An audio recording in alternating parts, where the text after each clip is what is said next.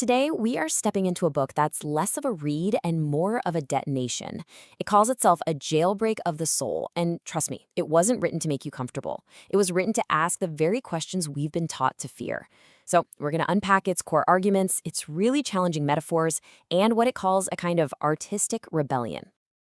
And boom, right from the start, the book just throws down the gauntlet with this one question. This is the heart of Frank Katembo's work. It's not just a suggestion, it's a direct challenge to the entire concept of obedience. It's asking us to look at the very ground we're standing on and ask, who told me this is where I belong? So what's the central idea, the big metaphor driving this whole thing? Well, the book paints this really disturbing picture of humanity living like chickens in a high-tech coop. We're fed, we're sheltered, we feel safe, but Katembo just stops you in your tracks and asks, is the one who feeds you your friend? Or just your farmer? Are we confusing a sanctuary with a really comfortable cage? And that leads us right into the first major theme, the illusion of protection. The book makes this radical claim that the very systems we believe are there to keep us safe are actually systems of containment.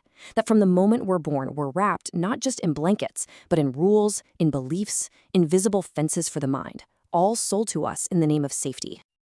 So the big thesis here is that our most trusted institutions, government, religion, education, are the architects of this cage. They give us this beautiful illusion of freedom. But Katembo argues their real job is to keep us contained. Freedom, in this view, isn't something you're born with. It's something you're granted. And worse, we're taught to police the boundaries ourselves. To really hammer this home, Katembo tells this amazing parable. Picture this. In the Congo, soldiers are ordered to guard a pillar of wet cement. Simple enough. But decades later, the cement is rock solid and the post is still being guarded. It's become a sacred tradition. And when a new leader finds out the simple reason why and ends the ritual, people are outraged. It's a perfect, almost painful example of how we fiercely defend the very rituals that have become our prisons, long after the reason is gone. And this idea of us policing ourselves? It gets even clearer with another story, this one from a famous experiment. You've got these monkeys, right? They get shocked every time they try to climb a ladder to get bananas. Pretty soon, they start stopping any new monkey from even trying, even after the shocks are turned off. And eventually, you have a whole room of monkeys who have never been shocked but who will violently enforce the rule. Katembo holds this up as a mirror to us. We inherit a religion of fear without ever knowing why, and we become the enforcers of rules we can't even explain. Okay, so if we're in a cage, who are the keepers? This is where the book gets really deep.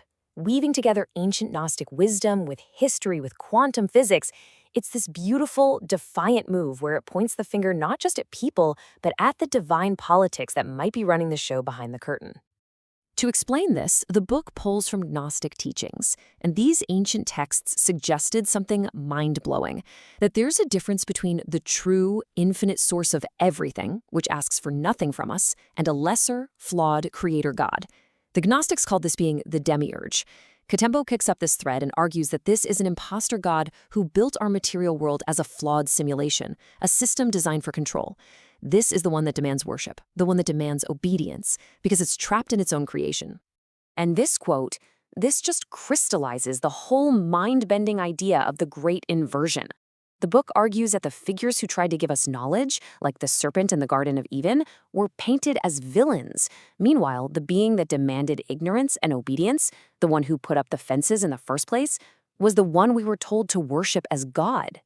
So, how is this control maintained? How do the architects keep the illusion going?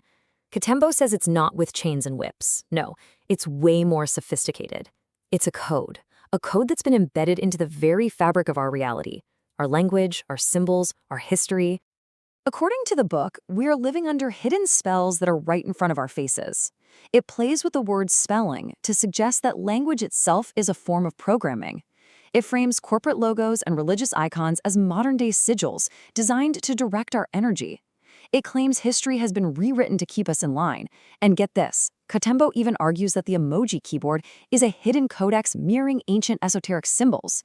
The point is, we're using a language of control every single day without even knowing it. And here's another metaphor from the book that is just brutally honest. It argues that when a system or an institution is broken, when the horse is dead, Power doesn't just admit it failed. No. It forms a committee, it rebrands the failure, it whips the dead horse even harder and calls it progress. And Tembo says, we often stand on the sidelines and cheer because we've been conditioned to never, ever question the writer. So, this is the real gut punch. The ultimate prison isn't made of iron bars. It's the one you can't see, the one whose warden you've actually learned to love and worship. It's a mind that can't see its own programming.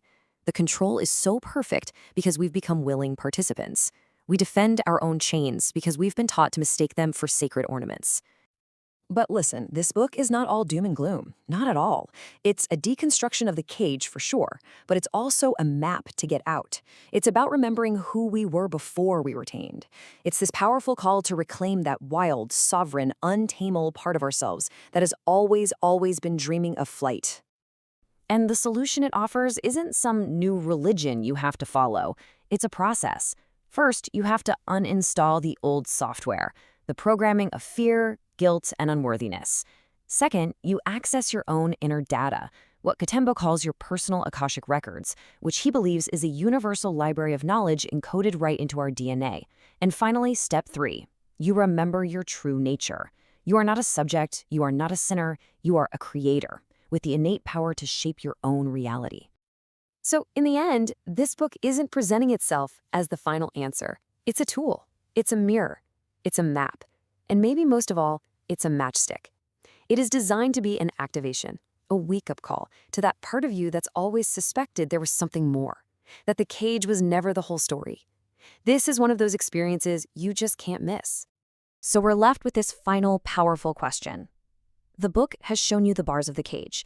It's tried to expose the face of the keeper. It's handed you what it believes is the key.